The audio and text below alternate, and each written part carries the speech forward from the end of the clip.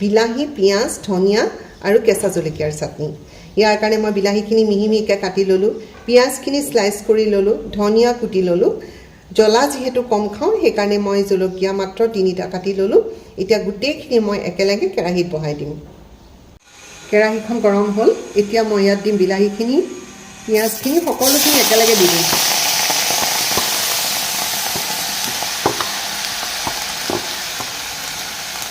ধনিয়াখিনি অলপ পিছত দিম। তাৰ আগতে মই অকণমান নিমখ দি পেলাই এইখিনি অকণ বহাই লওঁ। তাৰপিছত ধনিয়াখিনি দিম।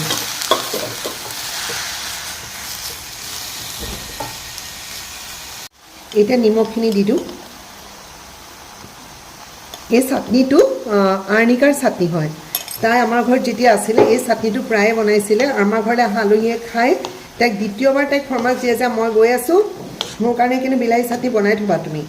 আৰু আৰ্ণিকা যিহেতু কাৰ্বি, তাইৰ জনজাতিসকলে তেল খুব কম ব্যৱহাৰ কৰে। তেওঁলোকৰ চাটনিবিলাকত মানে তেলৰ ব্যৱহাৰ বহুত কম, নায়েই, প্ৰায় তেল নোহোৱাকেই তেওঁলোকে বেছিভাগ খাদ্য খায়।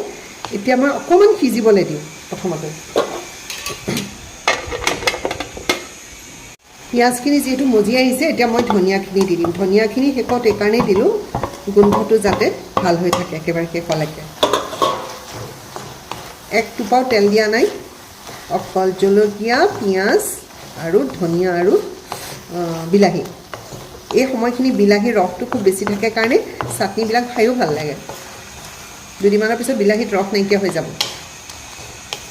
খুব ভাল লাগে, খুব ভাল লাগে, মানে ইমান ভাল লাগে। মানে প্ৰথমতে যেতিয়া তাইক আমাৰ ঘৰত থাকোঁতে বনাই আছিলে, মই কেতিয়াও কেনেকৈনো বনাইছোঁ সোধা নাই। যেতিয়া সকলোৱে তাইক ফৰমাইছ দিয়া আৰম্ভ কৰিলে সেই চাটনিটো বনাবাচোন, তেতিয়া মই মানে তাই কেতিয়াবা কাৰ্বি ষ্টাইলত খাদ্যবোৰ বনায় আৰু মই মোৰ ষ্টাইলত বনাওঁ।